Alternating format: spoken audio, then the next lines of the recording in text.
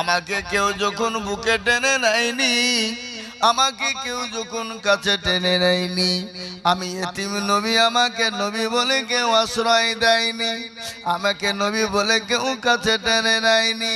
আয়েশা রে, এই নামাজ কায়েম করার জন্যে আমি মানুষের দুয়ারে দুয়ারে দুয়ারে গিয়েছি। কত মানুষ আমাকে কত রকমের কথা বলেছে, খালি নয় তায়েফের ময়দানে আমি নবী রক্ত দিয়েছি। আপনারা তায়েফ দেখেছেন না? তায়েফ গেলে নবীর কথা মনে পড়েনি? কথা বলেন। বিশ্ব নবীকে তায়েফের ময়দানে রক্ত ঝরিয়ে দেওয়া হয়েছিল।